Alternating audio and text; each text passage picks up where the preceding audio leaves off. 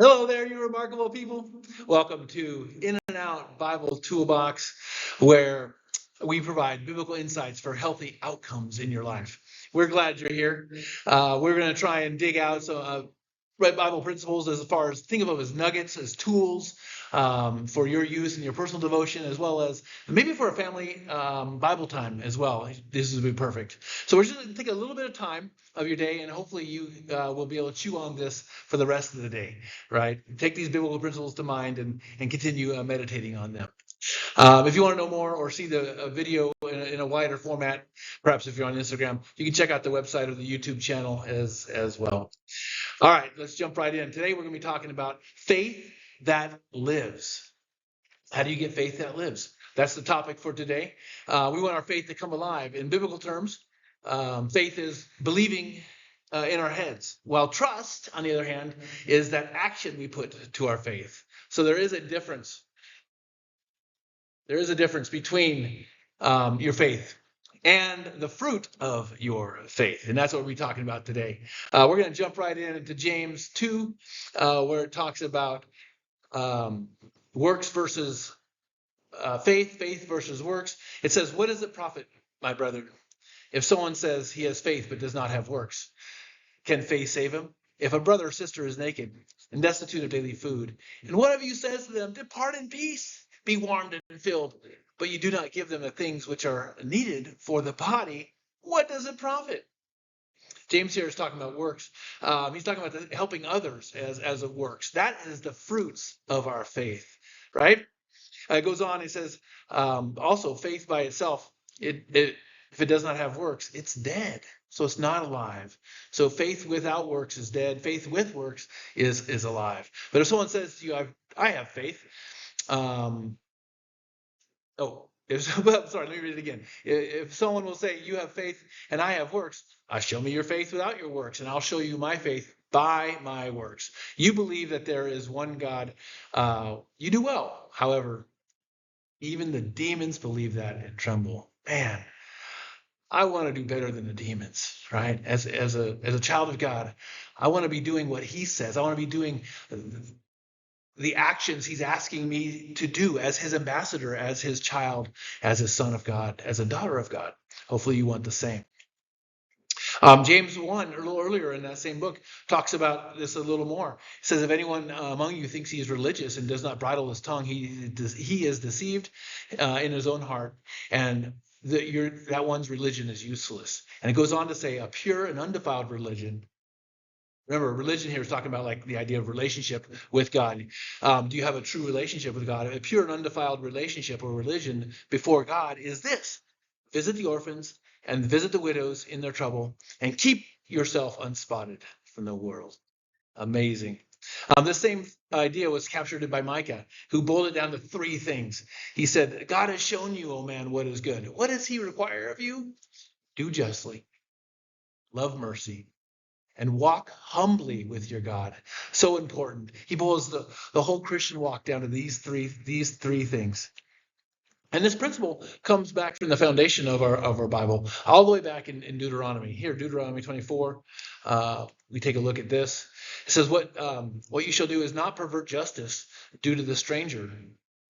And don't pervert justice due to the fatherless, and don't pervert justice due to the widow. Don't take her garment as a pledge, because she needs that, right, to sleep with, to stay warm during the weather.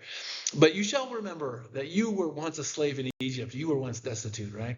And it goes on, the Lord your God redeemed you from there, and therefore I command you to do this thing. And he's putting some practical steps to it. He says, when you reap your harvest in the field, and you forget a sheaf in the field, that's a sheaf of wheat, that's a bundle, do not go back to get it. Just leave it there. It'll be for the stranger, for the fatherless, for the widow, that the Lord your God may bless you in all the work of your hands. If you forget a sheaf, just go ahead and leave it. In fact, elsewhere it says, don't even reap on the corners of the field. Leave that for the poor, the widows, and the fatherless. But it goes on. It doesn't just talk about sheaf, which is wheat, right? And that would be a late spring harvest. It also talks, the next verse, when you beat your olive trees, you shall not go over the boughs a second time. It shall be for the strangers and the fatherless and the widow. That grape harvest, or olive harvest, is early fall. And I mentioned grapes because that's next. The grape harvest. When you gather in the grapes of your vineyard, you shall not glean it afterwards. And it shall be for the stranger and the fatherless and the widow. This is God's order. This is God's plan. This is every farmer's contribution to their community, to helping those less fortunate, to helping those who don't have much. They know they can come and work on the corners and maybe grab the grapes and the olives that haven't been shaken. But we want to take a closer look because this word glean is listed here. And the idea of the gleaning is this, the taking the going over it a second time, right? Getting all of it. But there's an interesting thing that happens when you look at the word glean and in the Hebrew, right? The Bible was written in Hebrew. The Old Testament was written in Hebrew or Aramaic. And the word glean is actually the Hebrew word alal. I got the Strong's number there if you want to dig into it yourself and look deeper. But let me give you the definition. It's so interesting. It actually means to overdo. So you did it once, and now you're going to overdo it. But it's worse than that. The word glean means to impose or to abuse. The word glean means to quench your thirst, not because you're thirsty and need a drink of water, but your thirst for more, the thirst for all. I want all of it. I want to get every last bit, which takes us to the other definition. It's to quench the lust, quenching lust. And ultimately, it's to mock. By overdoing your harvest, by overdoing your crops, by not leaving anything for the poor and for the widow and the fatherless, you're mocking them. You're mocking them. You are said to be thirsting for extra. You're overdoing it. You're abusing them. It belongs to them, God says. This is God's order. What do we have in our lives that we need to be giving to those less fortunate, the widows, the fatherless, the stranger? There are things in our lives that we need to be giving that actually belong to them. God says, I gave it to you so you could give it to them. It's theirs. This same principle was echoed by Jesus, Yeshua, our Messiah. He said in a parable, he spoke in parables, right, most of the time. And he said, the king will say to those who sit on his right hand, come, you blessed of my Father, inherit the kingdom prepared for you from the foundation of the world. And then he gives the reason why it's been prepared for them. Here's what he says, echoing that same principle we've been talking about with the gleaning and the faith that lives.